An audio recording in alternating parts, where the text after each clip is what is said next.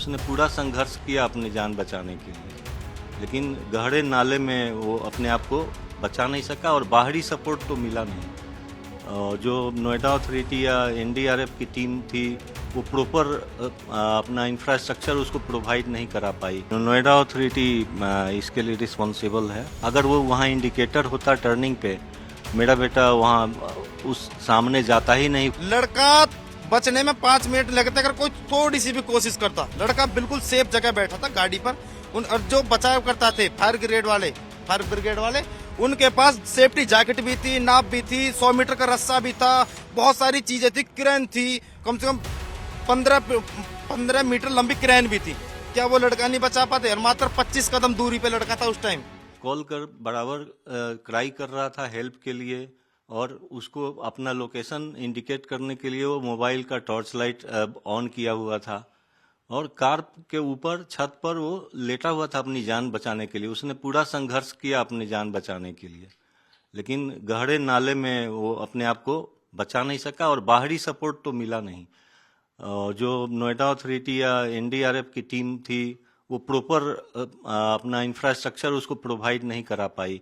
ये लोग रस्सी फेंकते रहे, रस्सी वहाँ पहुँच नहीं रही थी। बोट का सहारा लेना चाहिए था, बोट नहीं था, और जो उनके पास स्विमर भी नहीं था या डाइवर नहीं था जो वहां तक जाकर मेरे बेटे को बचा सके। तो मेरे लिए तो ये इरिपेरेबल लॉस है। कंसर्न्ड अथॉरिटी, नोएडा अथॉरिटी इसके लिए रिस्पॉन्सिबल है, क्योंकि उनको जो इससे पहले जो ट्रक का इंसिडेंट हुआ था उसमें उनको एडेक्वेट मेजर्स वहां पर अप्लाई करना चाहिए था, जो नहीं हुआ। अगर वो वहां इंडिकेटर होता टर्निंग पे, मेरा बेटा वहां उस सामने जाता ही नहीं। फॉग में भी वो चमकता साइन होता और वो राइट टर्न ले लेता, वो ले नहीं पाया। वो काफ़ी डेंजरस मोड़ है वो। पहले भी कई इंसिडेंट हो चुके हैं और लोग सफ़र कर चुके हैं। पुलिस तो अपना काम कर रही थी।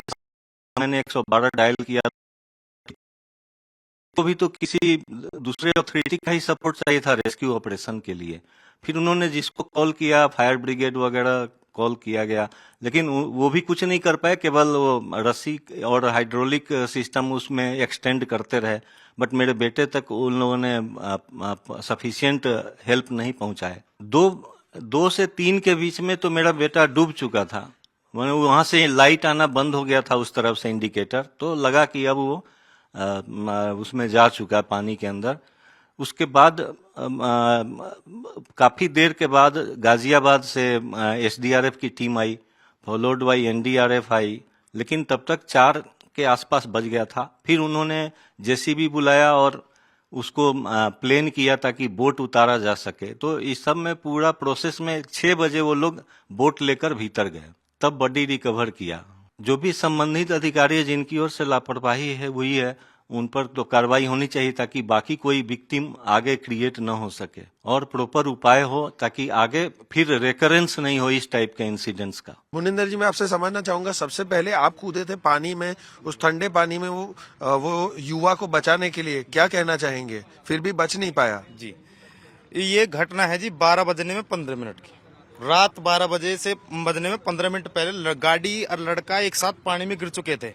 गाड़ी में गिरने के बाद लड़के ने अपने पिताजी के पास कॉल भी की थी कि पापा मैं नाले में गिर चुका हूँ, पर मुझे ये नहीं पता कहाँ पे हूँ मैं, आप मुझे बचा लो। उसने लोकेशन वगैरह भेजी थी अपने पिताजी के पास, जो भी कांटेक्ट हो। तो पिताजी यहाँ पे आए, उन्होंने 112 पे कॉल भी की, पुलिस भी आई। पुलिस तुरंत ही आ गई थी, 15 मिनट में पुलिस आ गई थी। उसके लगभग 20 मिनट बाद वो फायर ब्रिगेड वाले आए थे। उसके कम से कम 1.5 से 2 घंटे बाद आए थे एसडीआरएफ वाले, जिनके पास नाव वगैरह होती है। लेकिन नाव उनके पास भी थी, सेफ्टी जैकेट उनके पास भी थी जी, क्या बोलते फायर ब्रिगेड वालों के पास, ठीक है जी। लेकिन वो इसमें इसलिए नहीं दाग रहे थे, वो बोल रहे थे कि ये बेसमेंट खुदा हुआ है, इसमें बहुत सारे सरिया हैं, इसके अंदर हम नहीं जाएंगे, इसमें बहुत ठंडा पानी है। मैं जब उन्हें ड्रामा करते करते लगभग 2 घंटे हो गई। लड़का 2 घंटे जीवित था, गाड़ी पे बैठा हुआ, टॉर्च दिखा रहा था बाकायदा, बोल रहा था कि भाई प्लीज मुझे बचा लो, मुझे किसी भी तरीके से बचा लो। लड़का 2 घंटा करेक्ट 2 घंटा गाड़ी के ऊपर बैठा हुआ था, टॉर्च दिखा रहा था। गाड़ी भी नहीं डूबी थी, लड़का भी नहीं डूबा था। और वो फायर ब्रिगेड वाले के पास 3x6 की नाव भी थी, ठीक है जी, सेफ्टी जैकेट भी थी उनके पास। तो ये आप कह रहे हैं कि अगर वो समय से निकल जाते, अपनी नाव लेकर अंदर घुस जाते, तो लड़का जीवित होता? लड़का बचने में 5 मिनट लगते अगर कोई थोड़ी सी भी कोशिश करता। लड़का बिल्कुल सेफ जगह बैठा था गाड़ी पर।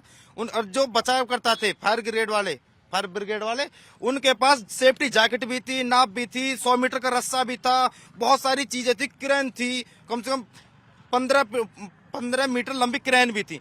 क्या वो लड़का नहीं बचा पाते? और मात्र 25 कदम दूरी पे लड़का था उस टाइम जब वो बोला था प्लीज मुझे बचा लो। 25 कदम दूरी पे पानी में जब वो कोई भी नहीं था का ड्रामा कर रहे थे। मैं कहा तुम एक साइड हटो, मैं ऑर्डर लेकर आप एक साइड हटो, मैं जाता हूँ तो अंदर। कुछ लोगों का ये कहना है कि पुलिस ने जो लोग अंदर जाना चाह रहे थे उनको भी रोकने का प्रयास किया। देखो उस टाइम में नहीं था, मैं आप बात पहले की नहीं बता सकता, जो मेरे उसमें था पुलिस वाले ने मुझे नहीं रोका था। पर मैं आया, वो फायर ब्रिगेड वाले बार बार ये बोले थे ठंडा पानी हम अंदर नहीं जाएंगे, सरिया है हम अंदर नहीं जाएंगे। मैं बोला तुम साइड हटो, मैं आता हूँ। मैंने सीधे कपड़ा उतार दिया रात को ही, उसी टाइम कमर से रस्सा बांध के 100 मीटर का मैं सीधा दाग गया नाले में। इसी में आपने अपनी जान की परवाह ना करते हुए आप कूद गए अंदर। जी मैं सीधा दाग गया। इसमें मैं कम से कम 50 मीटर भीतर तक गया। 30 से 40 मिनट के मैं इसके अंदर घूमा कम से कम 30-40 मिनट। लेकिन वो भाई मुझे नहीं तो गाड़ी मिली थी, नहीं मुझे वो भाई मिला था। मैं किस आस से गया था, आवाज आनी उस भाई की बंद हो गई थी। सब बोल रहे थे कि 10 मिनट पहले लड़के की आवाज आनी बंद होगी। मैं इसलिए गया था, क्या पता वो बेहोश हो गया हो, आदमी घबरा जाता है अकेला, गाड़ी में कहीं अटक गया हो, इसलिए मैं अंदर गया हुआ था। ठीक है जी। इसमें फायर ब्रिगेड की बहुत बड़ी गलती है। पूरी सुविधा होने के बावजूद उस लड़के को अपना आप से नहीं बचाया उन्होंने। उसने पूरा संघर्ष किया अपनी जान बचाने के लिए, लेकिन गहरे नाले में वो अपने आप को बचा नहीं सका और बाहरी सपोर्ट तो मिला नहीं। जो नोएडा अथॉरिटी या एनडीआरएफ की टीम थी वो प्रॉपर अपना इंफ्रास्ट्रक्चर उसको प्रोवाइड नहीं करा पाई। नोएडा अथॉरिटी इसके लिए रिस्पॉन्सिबल है। अगर वो वहाँ इंडिकेटर होता टर्निंग पे, मेरा बेटा वहाँ उस सामने जाता ही नहीं। लड़का बचने में 5 मिनट लगते अगर कोई थोड़ी सी भी कोशिश करता। लड़का बिल्कुल सेफ जगह बैठा था गाड़ी पर। और जो बचाव करता थे फायर ब्रिगेड वाले उनके पास सेफ्टी जैकेट भी थी, नाप भी थी, 100 मीटर का रस्सा भी था, बहुत सारी चीजें थी, क्रेन थी, कम से कम 15 मीटर लंबी क्रेन भी थी। क्या वो लड़का नहीं बचा पाते? और मात्र 25 कदम दूरी पे लड़का था उस टाइम। खबरों की रणभूमि में यहां शोर नहीं सोच लड़ती है, जहां शब्द नहीं फैक्ट्स वार करते हैं और हर सवाल खोलता है सच की नई परत।